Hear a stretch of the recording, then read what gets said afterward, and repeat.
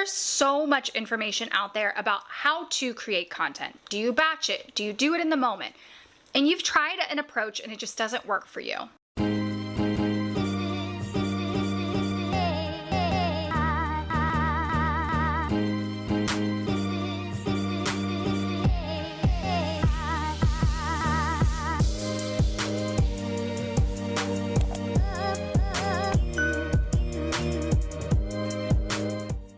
Hey everyone, my name is Amber Romero and I'm the owner of A Creative Co. I am a content strategist for small business owners, social media managers, and content creators. And today I want to talk to you about the 3 different ways that you can actually go and create content. You can either batch your content, create content intuitively, or create content in the moment. And as I talk to you about these 3 different ways to create content, I want to give you some pros and cons to each and every one of them. So number 1, we're going to start with the one that you probably hear the most about, content batching. You're going to sit down and do one specific task related to your content creation all at one time. So you're going to sit down and create all of your videos at once. Then you're going to go ahead and move from video creation into, now you're going to sit down and write all of your captions at once. And then after that, you're going to sit down and schedule it all at once. And you're going to work in these blocks, almost like little time blocks. Basically, you're setting aside a specific time to create a ton of content all at once. Now, a big pro to this is that you're getting a lot done in a very short period of time and you're using your time wisely, strategically, and effectively.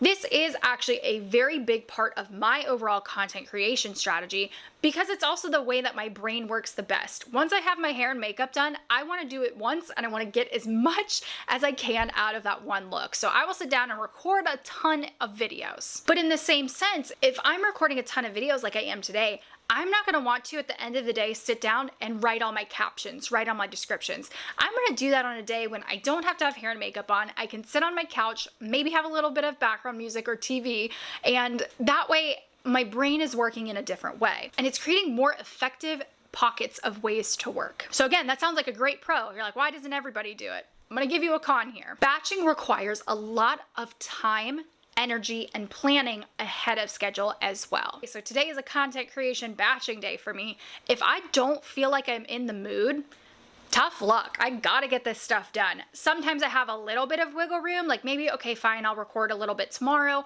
But oftentimes when it comes to batching, you don't have the wiggle room if you're not in the mood or don't have the energy to dedicate to it. So oftentimes business owners, content creators will try out a batching system, realize that it might work 1 or 2 times, and then that 3rd time it may feel like a failure just because they don't feel like it or they aren't in the mood. So this is often very hard to stick to. This is part of my overall content strategy, especially when it comes to video. I absolutely love to batch create my videos. But when I was running my agency, I solely ran off of batching, and it did lead to a bit of burnout, but luckily I had a team to fall back on. And this kind of leads me into the second type of content creation that I want to talk to you about, intuitive content creation. So when I sit down to batch content, I know I have a bare minimum list of things that I absolutely need to get through, even if I'm not in the mood. When it comes to intuitive content creation, you are creating a ton of content when you feel like it. So this is something recently that I've started to introduce into my process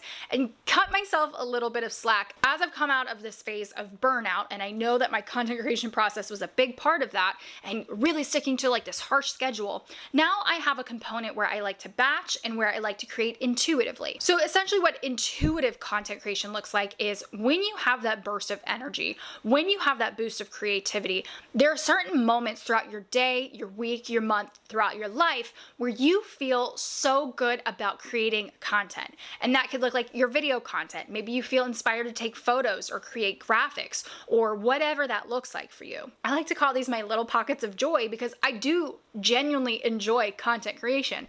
And when I am in those good moods and when I have the energy to do so, I will try and use it as much as I can and create as much as I can that feels good to me. Batching really does help me meet marketing goals, really stay on top of what's going to move my business forward, whereas that intuitive type of content creation is really going to help me build my audience, chat with my community, and basically what this intuitive type of content creation looks like. I love to create these little mini vlogs, or I have more inspirational posts, or it's just more types of content that feel more of my soul rather than a means to an end. So that's the way that I've approached this type of content, and it might look a little different for you, but I find batching is so much easier for things that push the needle forward, and intuitive are things that fill my soul and that most people resonate with. Because a big pro of intuitive content creation is going to be that this is often the best content that you're going to produce because you resonate with it the most. You have the most energy. You're able to give the most to that piece of content. Now, the one con that comes with this, you don't know when you're going to have these moments. These are very sporadic.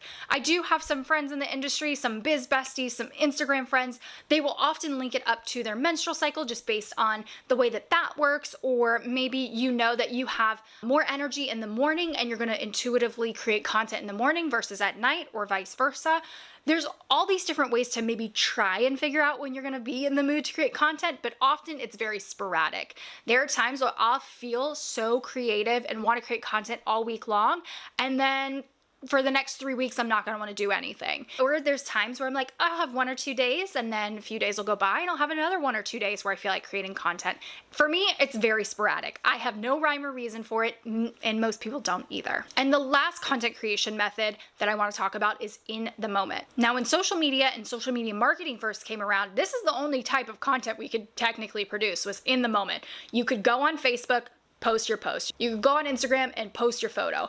There really wasn't a method or strategy behind it. You're like, let's just get this piece of content out here because we want to, because it meets a marketing goal, just because. Now, as this industry has evolved and software is out there where we can schedule content and pre-plan content and things like that, in the moment type of content doesn't always make sense. Actually, for me, it hardly ever makes sense. So in the moment content is literally, it's pretty self-explanatory. You're creating content in the moment. You are sitting down and you're like, I have a content idea, let me put it out there. And most of the time, you are creating that piece of content as a reaction to something, more often than not. You see something on social media, you see something in your everyday life, and you say, I have to create this piece of content right now, or it's not gonna be relevant anymore. Or maybe similar to like the intuitive type of content creation, you feel inspired to do so, and you're like, I have to get this out right now, or I'm never gonna wanna do it ever again. So the pro to creating in the moment type of content is you're gonna be able to jump on trends. You're gonna be first to market when it comes to reacting to pop culture events, world events, things like that.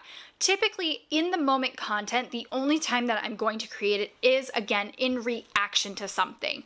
If something happens in, Instagram drops a new feature, I'm gonna wanna comment on that right away so that I'm educating my audience the moment it comes out so that they can hear it from me. Or recently I did a post all about the different Super Bowl memes that you could create. That piece of content needed to be created in the moment because it wouldn't be relevant even 48 hours later. And this content creation process does have its place, but this is one that I don't want you to continuously rely on because it's going to lead to inconsistency. And often what happens when you're creating this in the moment content, you'll find yourself spending more time on one piece of content, and in that same amount of time, if you were batching or creating intuitively, you could have pumped out 5 to 10 pieces of content. Because oftentimes when you're creating in the moment, you're planning, strategizing, creating, and doing it all in one moment. And it tends to be very time consuming and takes up a lot of your energy all at one time. And oftentimes it's not focused or correlated with a very specific strategy. So while yes, there are times where I would love for you to create in the moment, jump on Instagram stories, jump on TikTok stories, or if you feel called to respond to a specific event, to voice your opinion about a certain thing that is timely. I think that in the moment type of content is very valuable, but overall it might not be the best approach for your overall content strategy. So if you're having trouble figuring out which type of content creation process is right for you, or maybe you're trying to figure out how to combine all of these different methods into something that makes sense for you, I have a course just for you. I've created the content system, which if you're a small business owner and you're struggling with where to create content, how to create content, and how to even organize all of that content, this is gonna be the course for you. It's gonna be launching here very, very soon. So make sure you head to the link below to sign up for the waitlist, and I'll make sure to send out as much information as I can when it's ready. And as always, if you guys have any questions, leave them in the comments below, and I will see you next week.